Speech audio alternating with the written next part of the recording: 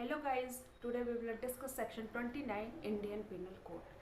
Section 29 बताता है दस्तावेज के बारे में, डॉक्यूमेंट के बारे में।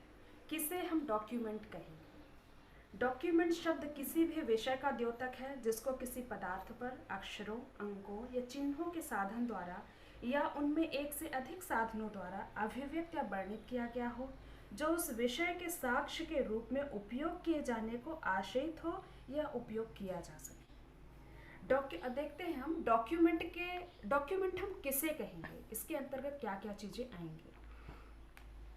कोई भी मैटर जिसे एक्सप्रेस या अभिव्यक्त किया जाता है या जाहिर किया जाता है किसी भी सब्सटेंस के द्वारा, किसी भी पदार्थ के ऊपर लेटर, फिगर या मार्क्स के माध्यम से हम कोई भी चीज़ जो एक्सप्रेस कर रहे हैं और जो कुछ भी हम लिखते हैं किसी पे भी, चाहे कागज़ पे, चाहे दीवार पे और चाहे स्टील पे या फिर माइलस्टोन पे या लकड़ी पे, कुछ भी जहाँ कुछ भी हम लिखते हैं, लेकिन उसका सिर्फ एक इंटेंशन होना चाहिए, एज अ एविडेंस हम उसे यूज़ कर सकें या फिर एविडेंस के रूप में उसे हम यूज़ कभी भी वो मेरा लिखा हुआ लेख यूज़ किया जा सके।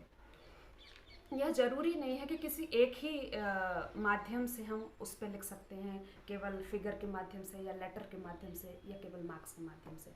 उसे हम इन तीनों माध्यम से भी या इनमें से एक या दो या तीन किसी को भी यूज़ करके लिख सकते हैं। इसे हम डॉक्यूमेंट कहेंगे। लेकिन शर्त तो मैंने बता ही दिया है कि शर्त केवल एक होनी चाहिए, उसका इंटेंशन एक होना चाहिए कि इसे एज अ एविडेंस इस डॉक्यूमेंट को यूज़ किया जा सके। यह आवश्यक नहीं है कि ये डॉक्यूमेंट केवल कोर्ट में ही यूज़ किया जा सके, ये कोर्ट में या कोर्ट के बाहर भी यूज़ किया जा सकता है। अब हम एक्सप्लेनेशन देखते हैं सेक्शन 29 का। एक्सप्लेनेशन नंबर 1, यह तत्वहीन है कि किस साधन द्वारा या किस पदार्थ पर अक्षर, अंक या चिन्ह बनाए गए हैं, या यह कि साक्ष्य किसी न्यायालय के लिए आश्रित है या नहीं, या उसमें उपयोग किया जा सकता है या नहीं। यह तत्वहीन है कि किस साधन से और किस पदार्थ पर लेटर, फिगर या मार्क्स बनाए गए, तथा यह भी आवश्यक नहीं है कि यह कोर्ट में यूज़ किया जा सके। यह ओनली कोर्ट के लिए ही नहीं है, कोर्ट के बाहर भी यूज़ किया जा सकता है और किसी भी लेटर, फिगर के माध्यम से या मार्क्स के माध्यम से। जैसे कि एक एग्जांपल देती हूँ मैं आपको। एक दूध वाला है, दूध वाला रेगुलर हमें दूध दे के जा रहा है और वो पढ़ा लिखा नहीं है, एक अनपढ़ दूध वाला है जो कि रेगुलर दीवार पे एक लाइन बना के जाता है, हर रोज़ लाइन बना के जाता है। वो भी उसकी लाइन भी काउंटिंग के लिए एक प्रूफ के तौर पे डॉक्यूमेंट माना जाएगा। अब देखेंगे सब क्लॉज 2 यानी कि एक्सप्लेनेशन नंबर 2।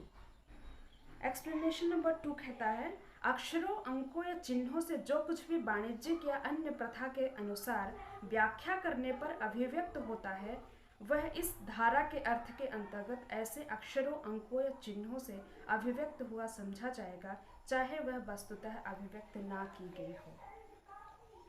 एक्चुअल चीज बेशक ना लिखी गई हो, एक्सप्रेस ना की गई हो, परंतु अगर कहीं वाणिज्यिक या वहाँ के उस स्थान के कस्टम के आधार पर, प्रथा के आधार पर, अगर वो उस चीज़ की वहाँ मान्यता है, वो जो लेटर, फिगर या मार्क्स बनाए गए हैं वहाँ के आधार पर उसकी कोई वैल्यू है और उसको एज अ एविडेंस हम यूज़ कर सकते हैं, तो बेशक उसे हम डॉक्यूमेंट कहेंगे।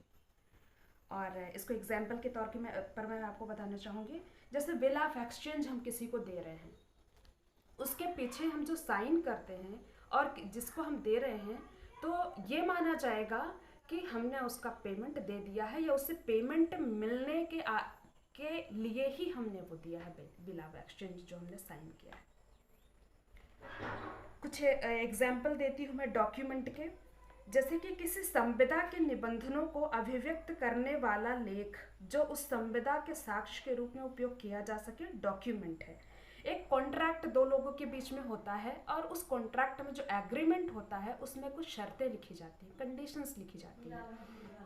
और वो जो शर्तें एक डॉक्यूमेंट में लिखी गई हैं उसे हम एज अ एविडेंस यूज़ करते हैं कोर्ट में, या फिर अगर आउट ऑफ कोर्ट भी हम उसको आर्बिट्रेशन के माध्यम से या किसी और माध्यम से हम अपना समझौता कर रहे हैं, डिस्प्यूट को निपटा रहे हैं, तो हम वहाँ भी यूज़ कर सकेंगे।